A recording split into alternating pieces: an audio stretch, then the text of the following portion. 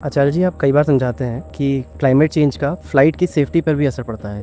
हाँ, क्योंकि प्लेन तो सीधे सीधे हवा से ही अपना थ्रस्ट लेता है ना। हवा से ही उसको वो प्रेशर लगता है जिससे कि वो फिर ऊपर उड़ रहा होता है, नहीं तो नीचे गिर जाएगा।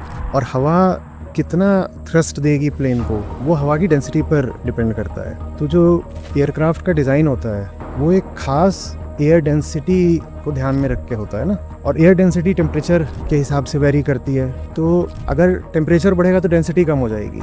हवा की इतनी कम डेंसिटी में फ्लाई करने के लिए प्लेन डिज़ाइन ही नहीं होते, और बहुत ज़बरदस्त थ्रस्ट चाहिए होता है, खासकर टेक ऑफ के समय।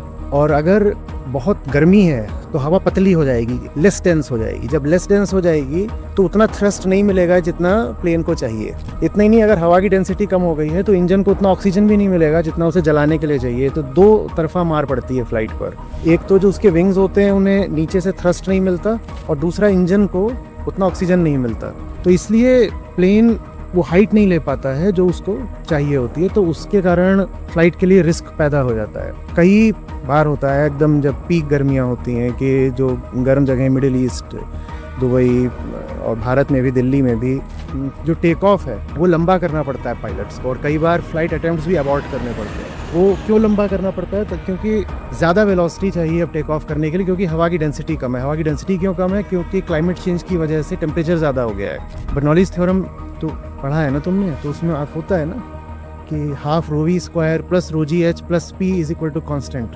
तो रो उसमें डेंसिटी है, तो डेंसिटी अगर कम हो जाएगी और प्रेशर उतना ही रखना है तो फिर तुमको वेलोसिटी बढ़ानी पड़ेगी ना। वेलोसिटी बढ़ाने के लिए उतना लंबा रनवे भी होना चाहिए। उतना लंबा रनवे हर बार अवेलेबल नहीं होता, और कई बार मिसकैलकुलेशन भी हो सकता है उसमें। तो क्लाइमेट चेंज फ्लाइट सेफ्टी के लिए तो एक बड़ा खतरा है ही, इमर्जिंग डेफिनेटली है।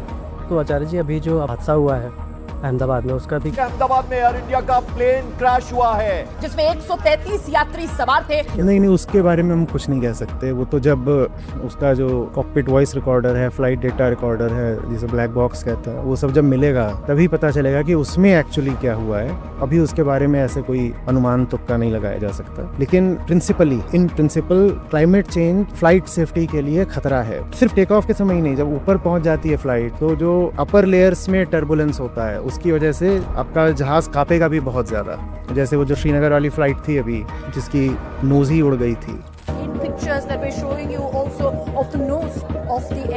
तो वो सब टर्बुलेंस से होता है ना। तो इस दुखद दुर्घटना में क्या हुआ ये तो जांच से ही पता चलेगा। लेकिन in general climate change definitely एक बड़ा एविएशन रिस्क है।